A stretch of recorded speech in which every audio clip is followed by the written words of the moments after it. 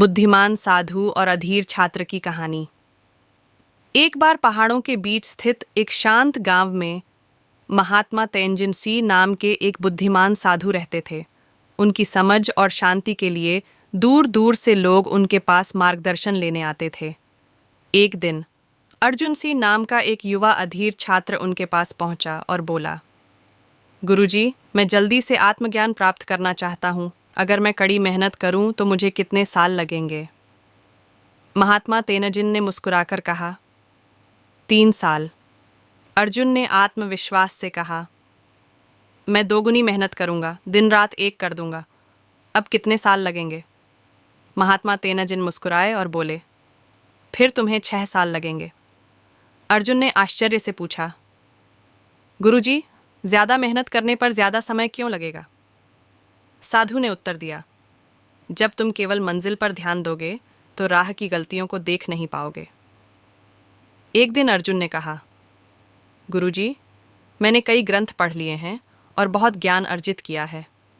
अब मैं दूसरों को सिखाने के लिए तैयार हूँ। महात्मा तेनजिन ने एक कप में चाय डालना शुरू किया।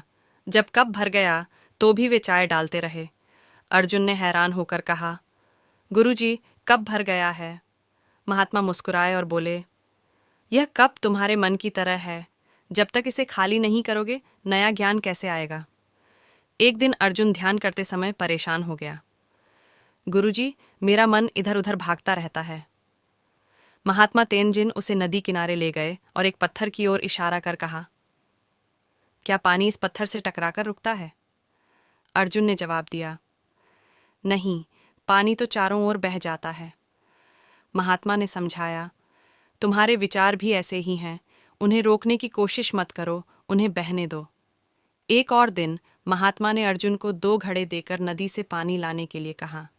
एक घड़ा सही था और दूसरा टूटा हुआ। रास्ते में टूटा घड़ा पानी गिरा देता था। अर्जुन ने शिकायत की, गुरुजी, यह घड़ा बेकार है, इसे फेंक देना चाहिए। महात्मा मुस्कुराए और बोले, कल लौटते समय ध्यान देना कि जिस ओर टूटा घड़ा है वहां क्या दिखता है। अगले दिन अर्जुन ने देखा कि टूटे घड़े से गिरी पानी की बूंदों से रास्ते के किनारे सुंदर फूल खिले थे। महात्मा ने कहा, जिसे तुम दोष मान रहे थे वही सुंदरता का कारण बन गया। समय बीतता गया। अर्जुन अब अधीर नहीं था। एक दिन महात्मा ने कहा, अब तुम आत्मज्ञान प्राप्त कर चुके हो।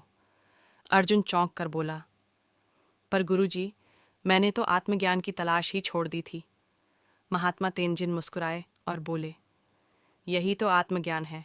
जब तुम खोज बंद कर देते हो तो तुम्हें शांति प्राप्त हो जाती है। कहानी की सीख। 1. धैर्य रखें। जल्दबाजी करने से सफ़र लंबा हो जाता है। 2. अपनी खामियों को अपनाएं। हमारी कमजोरियां भी दुनिया में सुंदरता ला सकती हैं। 3. ज्ञान के लिए विनम्र बनें। अगर मन भरा हुआ है तो नया ज्ञान कैसे आएगा?